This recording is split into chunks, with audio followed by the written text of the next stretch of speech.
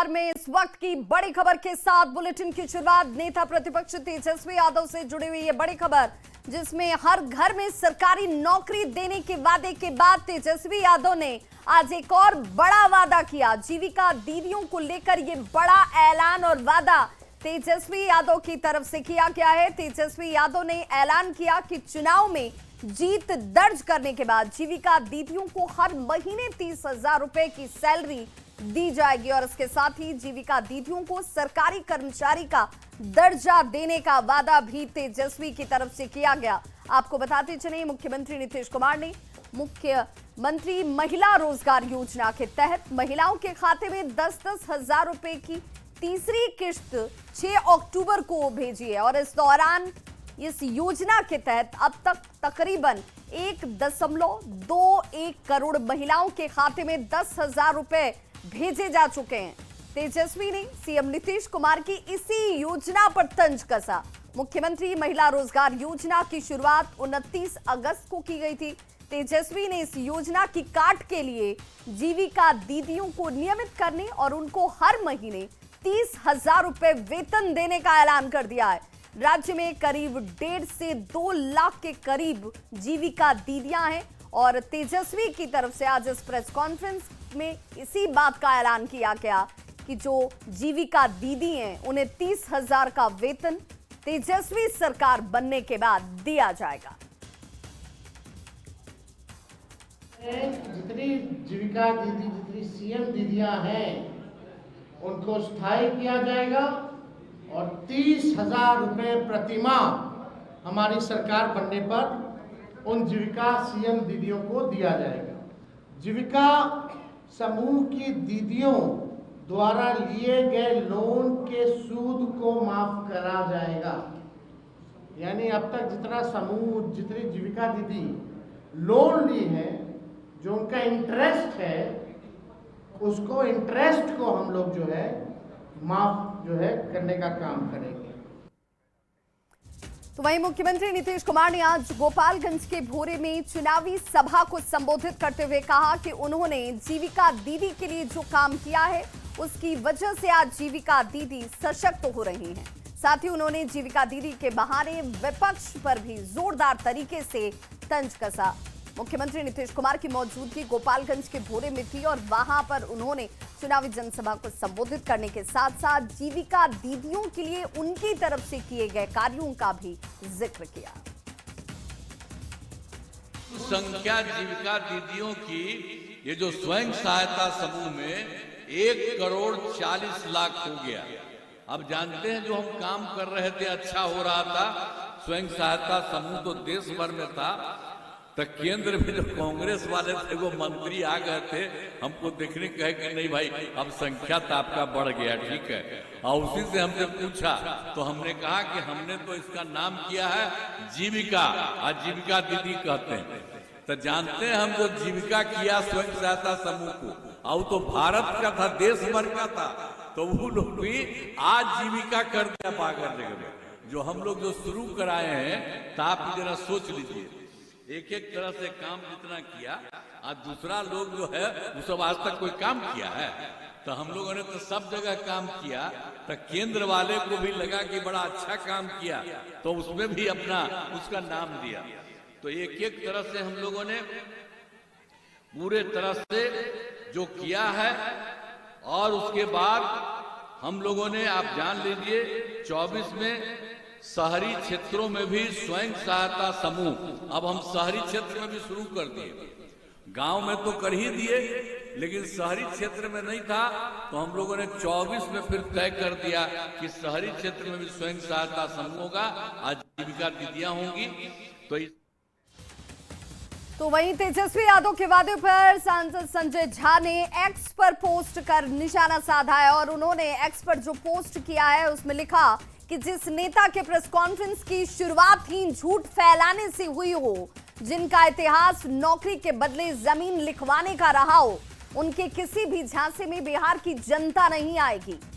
ये बार बार स्पष्ट किया जा चुका है कि मुख्यमंत्री महिला रोजगार योजना के तहत अपनी पसंद का स्वरोजगार शुरू करने के लिए अब तक 1 करोड़ 21 लाख महिलाओं के बैंक खाते में आर्थिक सहायता के रूप में 10-10 हजार रुपए भेजे गए हैं और शेष इच्छुक महिलाओं के बैंक खाते में ये राशि जल्द भेजी जाएगी। ये आर्थिक सहायता है, उधार या ऋण नहीं है। महिलाओं द्वारा रोजगार आरंभ करने के उपरांत उसका आकलन कर प्रत्येक को आवश्यकता अनुसार 2 लाख तक की अतिरिक्त वित्तीय सहायता दी जाएगी। तो बिहार के डिप्टी सीएम सम्राट चौधरी ने तेजस्वी यादव के दावे पर तंज कसा और कहा कि ये लोग सिर्फ गप मारने वाले लोग हैं। पहले तेजस्वी ने कहा कि 2 करोड़ 70 लाख लोगों को सरकारी नौकरी देंगे। 15 साल तक उनके माता पिताजी ने बिहार को लूटा है। बिहार की जनता सब जानती है। पूरे परिवार ने 1 लाख लोगों को भी नौकरी नहीं दी। तेजस्वी सिर्फ और सिर्फ सपना दिखा रहे हैं। चुनाव के बाद कुछ याद नहीं रहता। ये लोग गप मारने लोग। पहले कहा कि 2 करोड़ 70 लाख लोगों को सरकारी नौकरी देंगे।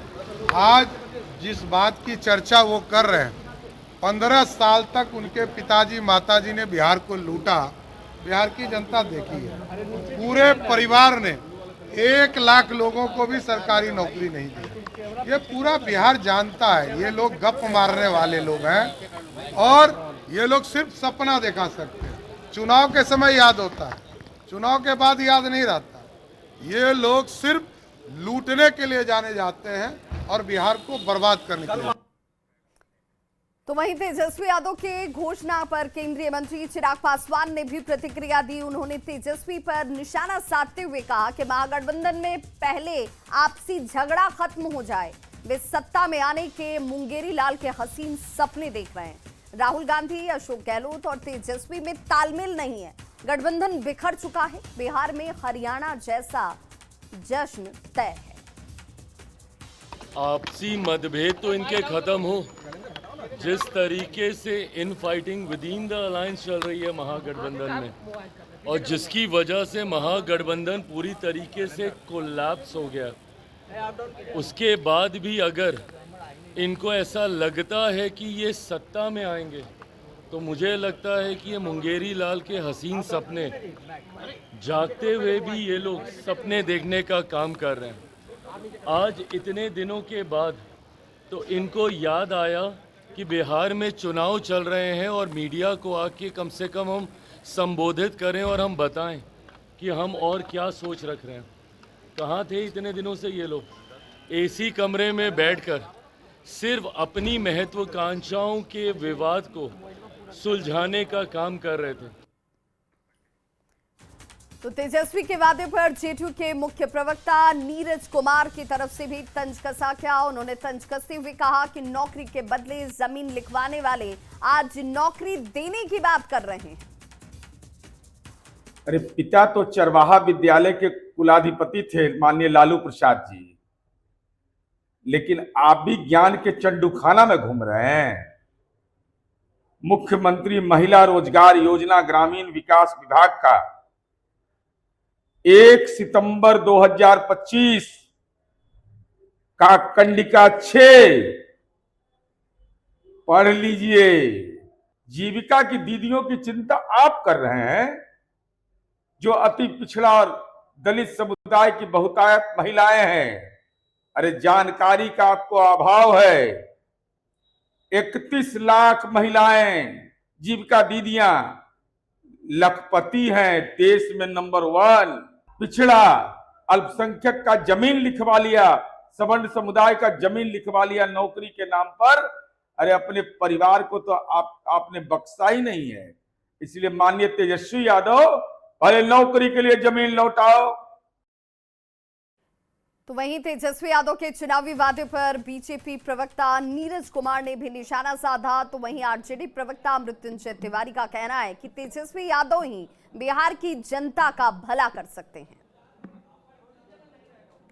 चुनाव को देख करके नया चुनावी जुमला पढ़ रहे हैं कि जीविका दीदियों को 30,000 रुपये प्रति महीना देंगे। नवी फैलानी में कैलकुलेशन कुछ आता है क्या? यह राशि हो जाती है 390 अरब रुपये। यानी आज जो बिहार का वर्तमान बजट है वैसा 13 साल का बजट मिलाएंगे तब जाके ये राशि पूरी होती है। दरअसल इनको पता है कि इनको सत्ता में आना तो है नहीं, कुछ भी जनता को भ्रम फैलाओ, झूठ बोलो और जनता को भ्रमित करो। ये झूठ बोल रहे हैं, सरासर झूठ बोल रहे हैं। इनकी बातें तर्क संगत नहीं हैं और इनकी बातें बजट फ्रेंडली भी नहीं हैं। और जीविका दीदी का 2007 से ही नीतीश कुमार ने जीविका दीदी बनाकर उन महिलाओं को सशक्त करने का काम बिहार में शुरू कर दिया है। का जो विजन है, जो दूरदर्शी सोच है, ये लड़ाई बिहार की भलाई के लिए लड़ रही है। बिहार के नौजवानों, किसानों, मजदूरों, गरीबों, माताओं, बहनों के हक के लिए तेजस्वी जी ने अपना ब्लूप्रिंट बताया है, रोड मैप बनाया है और ये लड़ाई को अंजाम तक जनता पहुंचाएगी और बिहार का भला तेजस्वी यादव जी के हाथों होना है। यादव के वादे पर केंद्रीय गृह राज्य मंत्री नित्यानंद राय ने भी निशाना साधा। उन्होंने तेजस्वी यादव को भ्रष्टाचारी और परिवारवादी बताया। साथ ही कहा कि आरजेडी ने घोटाला करके गरीबों का हक छीनने का काम किया है। जीविका दीदी को पता है कि तेजस्वी लुटेरा है, भ्रष्टाचारी है, परिवारवादी है और वह अपराधियों को संरक्षण देने वाला है। तेजस्वी जी कान खुलकर सुन लीजिए, आपके जमाने में हमारी माँ बहनों के साथ सामूहिक बलात्कार होता था, नरसंहार होता था और उस समय अपने महिलाओं पर जो दमन हुआ है, माँ के गोद में सो रहे बच्चे को भी दूध घोटाला के माध्यम से तेजस्वी जी, आपके पिताजी और माताजी कि जब सरकार थी तो बाढ़ के दूध घोटाला के जिससे हमारी माँ बहनों के गोद में भूख से बच्चे मरे थे। तो तेजस्वी के वादे पर बीजेपी के राष्ट्रीय प्रवक्ता अजय आलोक ने भी तंज कसा और कहा कि 15 साल में लालू राबड़ी के राज में बिहार ने जीविका का जो रास्ता चुना ही नहीं, वो आज जीविका की याद कर उन्हें 30,000 रुपए वेतन देने की बात कर रहे हैं। आरजेडी की जीविका का मतलब है अपहरण और लूट उद्योग। भ्रष्टाचार के अपराध में बेल पे है, वो कह रहा है भ्रष्टाचार बढ़ गया है। कुंभकर्ण का नाम सुना था आपने? रामायण में सो गए थे कुंभकर्ण जब राम की सेना ने लंका पे चढ़ाई की थी, डुगडुगी बजा के उठवाया गया था कुंभकर्ण को। तो इस कुंभकर्ण की भी नींद अब खुली है जब चुनाव में 12 दिन बच गए। महागठबंधन में एक दूसरे पर सुर फुटअव्वल पड़ रहे हैं, जूते चल रहे हैं, इनकी नींद अब खुली है। अब इनको बिहार बदलना है। तो हद हाल है यार।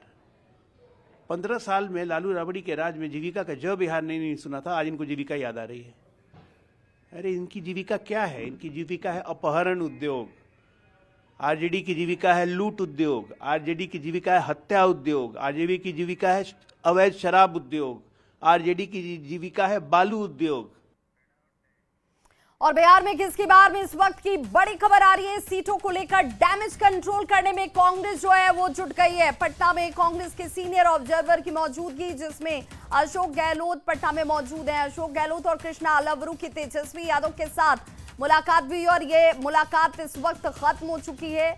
लालू प्रसाद के साथ मुलाकात होती हुई नजर आई और दोनों नेता बैठक के लिए राबड़ी आवास पर पहुंचे हुए थे। और पटना में एक साझा प्रेस कॉन्फ्रेंस को लेकर कल की तारीख तय किया गया है। ये मानकर चला जा रहा है कि साझा प्रेस कॉन्फ्रेंस कर गठबंधन की एकजुटता को प्रदर्शित करने की कोशिश की जाएगी। संवाददाता रवि एस नारायण हमारे साथ इस वक्त ज्यादा जानकारी के साथ फोन लाइन पर जुड़ गए हैं। रवि, जरा ये बताइए, जो डैमेज कंट्रोल करने में कांग्रेस इस वक्त जुटी है, लालू प्रसाद तेजस्वी से मुलाकात खत्म हो चुकी है, बात क्या हुई? देखिए, पिछले कई दिनों से जब सीटों का बंटवारा चल रहा था तो लगातार एक साथ साझा कोशिश की गई थी कि सीटों की जो घोषणा है वो एक साथ की जाएगी, लेकिन वो हो नहीं पाया। तमाम जो दल हैं अपने अपने खुद से सिंबल देते रहे और नामांकन होता रहा। नामांकन के आखिरी तारीख को आरजेडी ने जो है वो अपनी उम्मीदवारों की सूची जो है वो घोषणा की। ये तमाम पूरे घटनाक्रम में आरजेडी और कांग्रेस के बीच में संवादहीनता जो है वो भी देखी गई। कई दिनों तक बात नहीं हुई, तो आज डैमेज कंट्रोल करने के लिए अशोक गहलोत जो है वो सीनियर ऑब्जर्वर है, उन्हें लगाया गया। वो और कृष्णा वल्लभ दोनों जो है वो तेजस्वी आवास पहुंचे और लगभग आधे घंटे तक दोनों के बीच में बात हुई। और जो जानकारियां मिल रही है उसके मुताबिक जो उम्मीदवार फ्रेंडली फाइट में हैं वो रहेंगे ही, उसमें बहुत बदलाव नहीं होना है। लेकिन आगे आने वाले चुनाव में कैसे एकजुटता दिखाई जाए, कैसे साथ में मिल करके प्रचार किया जाए, इन तमाम बातों पर जो है आपसी सहमति बनाई गई है और कोशिश की गई है कि कल जब साझा प्रेस कॉन्फ्रेंस किया जाए और एकजुटता दिखाई जाए और आगे की जो रणनीति है वो बनाई जाए। तेजस्वी आवास की बैठक खत्म करने के बाद अशोक गहलोत और कृष्णा अल्लावरू जो है वो राबड़ी आवास पहुंचे हैं। यहाँ पे लालू प्रसाद यादव और राबड़ी देवी से बात हो रही है, अभी भी बात चल रही है। थोड़ी देर पहले यहाँ पे पहुंचे हैं और देखना होगा कि लालू प्रसाद यादव के साथ जब बात होती है तो उसके बाद निकल करके नेता क्या कहते हैं। लेकिन कोशिश इस बात की जा रही है कि महागठबंधन में अभी तक जो डैमेज हुआ है उसे किसी न किसी तरह से पाटा जाए और उस पर कंट्रोल लाया जाए। जी बिल्कुल, बहुत बहुत शुक्रिया रवि इस तमाम जानकारी के लिए। सवाल तो यही है कि कैसा गठबंधन है, कैसी एकजुटता है, जहां पर 11 विधानसभा सीटों पर महागठबंधन के अंदर सहयोगी दल आपस में ही एक दूसरे के साथ फ्रेंडली फाइट कर रहे हैं, उसमें कोई बदलाव नहीं होने जा रहा है। लेकिन आगे स्थितियां बेहतर जाएं, कार्यकर्ताओं से लेकर जनता के बीच मैसेज साफ जाए, इसकी कवायद की जा रही है। और चलिए अब आपको बताते हैं कि महागठबंधन 23 अक्टूबर को आखिर प्रेस कॉन्फ्रेंस करने वाला है, ज्वाइंट प्रेस कॉन्फ्रेंस होने वाला, उसका मकसद क्या है। तो देखिए, महागठबंधन में ये पेच इस वक्त भी है और पीसी से बात बनने की क्या, ये बड़ा सवाल है। पहले चरण के लिए 121 सीटों पर मतदान होने वाले हैं, ये आप और हम सभी जानते हैं। 6 नवंबर की तारीख है जब पहले चरण की वोटिंग होगी और पहले चरण के लिए मतदान के लिए सब कुछ अब लॉक हो चुका है, यानी उसमें कोई फेरबदल नहीं होने वाला है। तारीख नाम वापसी को लेकर के भी खत्म हो चुकी है। 11 नवंबर को दूसरे चरण की जब वोटिंग होगी, उसे लेकर अब सामंजस्य की बात कही जा रही है। अब ये कहा जा रहा है कि लोगों के बीच जब हम पहुंचेंगे तो वहां पर सब कुछ मैसेज ठीक जाए, इस कवायद में कांग्रेस जुट गई है। सबसे पहले आपको ये बताते हैं कि आरजेडी और कांग्रेस जो है वो कहां एक दूसरे के सामने ही चुनौती पेश कर रहे हैं। अब वो विधानसभा सीटें भी जान लीजिए, कौन खड़ा है वो भी देख लीजिए। अजय कुशवाहा वैशाली से, जबकि उनके सामने आरजेडी के ही इंजीनियर संजीव सिंह जो है, कांग्रेस के जो इंजीनियर संजीव सिंह है, वो अजय कुशवाहा आरजेडी के सामने चुनौती रख रहे हैं। ये सिर्फ एक सीट पर नहीं है, 11 कुल ऐसी सीटें हैं। चंदन सिन्हा आरजेडी के टिकट पर चुनावी मैदान में है, उनके सामने कांग्रेस के ही कैंडिडेट हैं ललन कुमार। सुल्तानगंज में ये भिड़ंत आपको देखने को मिलेगी। वहीं पर रजनीश भारती की बात कर लें, प्रवीण सिंह कुशवाहा कांग्रेस की तरफ से चुनावी मैदान में है, तो रजनीश जो है वो आरजेडी की तरफ से हैं। दीपक यादव आरजेडी के सिंबल पर, तो कांग्रेस से शाश्वत केदार गौतम जो है नरकटियागंज से चुनावी मैदान में उतरे हुए हैं। विधानसभा की सीट सिकंदरा, यहां पर वही हालात। उदय नारायण चौधरी, उनके सामने कांग्रेस के विनोद चौधरी हैं। शिव प्रकाश गरीबदास की बात करें, बछवाड़ा विधानसभा सीट, और अवधेश राय उनके सामने सीपीआई की चुनौती पेश कर रहे हैं। ये सीटें संतोष मिश्रा के तौर पर भी करगहर में देखने को मिल रही हैं। जहां पर कांग्रेस से संतोष मिश्रा है तो सीपीआई से महेंद्र गुप्ता हैं उनके सामने।